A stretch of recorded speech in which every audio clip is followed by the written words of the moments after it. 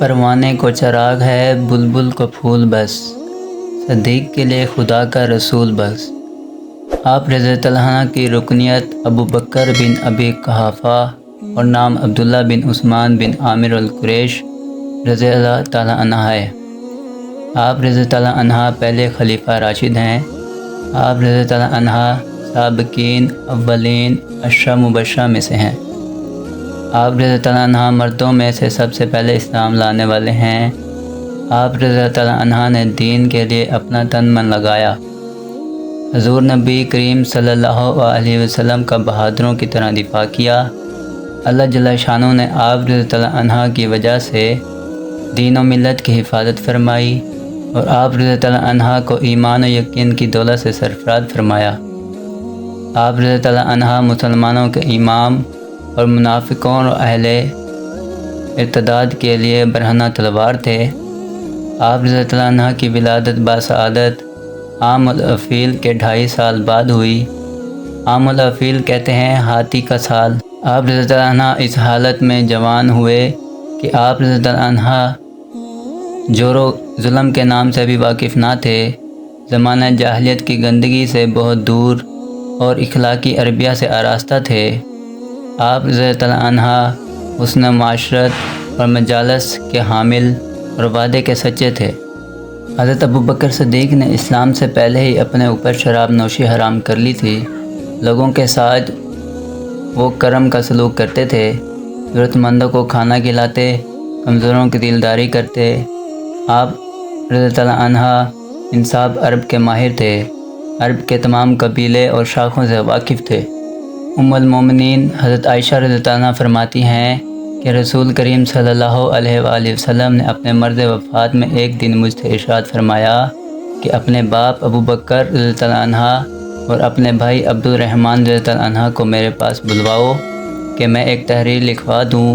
دراصل مجھ کو اندیشہ ہے کہ اگر میں نے ابو بکر کی خلافت کے بارے میں نہ لکھوایا تو کہیں خلافت کا کوئی آرزو نہ کرے اور کوئی کہنے والا یہ نہ کہے کہ خلافت کا مستحق میں ہوں۔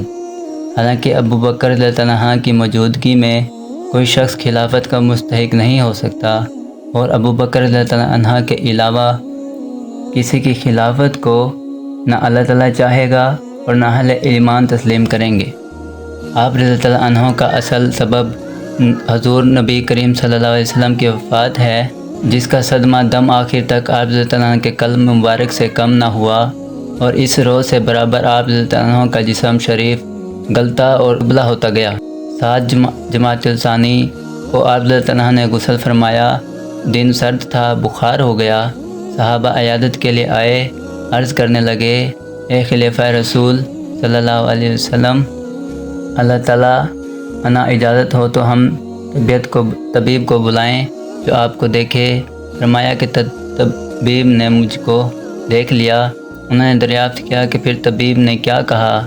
فرمایا کہ اس نے فرمایا یعنی میں جو چاہتا ہوں کرتا ہوں۔ مراد یہ تھی کہ حکیم اللہ تعالیٰ ہیں، اس کی مرضی کو کوئی نہ ٹال سکتا ہے نہ مشہد ہے، ضرور ہوگا۔ یہ حضرت کا توکل صادق تھا اور رضائے حق پر راضی تھے۔ اس بیماری میں آپ رضی اللہ عنہ نے حضرت عبداللہ عبد الرحمن عوف اور حضرت علی المرتضیٰ اور حضرت عثمان غنی وغیرہ ہم صحابہ اکرام رضوان اللہ علیہ اجمعین کے مشورے سے حضرت عمر رضی اللہ عنہ کو اپنے بعد خلافت کے لیے نامزد فرمایا اور 15 روز کی علالت کے بعد 22 جمادی الثانی کو 63 سال کی عمر میں اس داد ناپید سے رحلت فرمائی۔ انا للہ و انا الیہ راجعون۔ حضرت عمر رضی اللہ عنہ نے آپ رضی اللہ عنہ کی نماز جنازہ پڑھائی اور روضہ منورہ میں حضور اقدس صلی اللہ علیہ وسلم کے پہلو مبارک میں آپ رضی اللہ عنہ کو مدفون کیا۔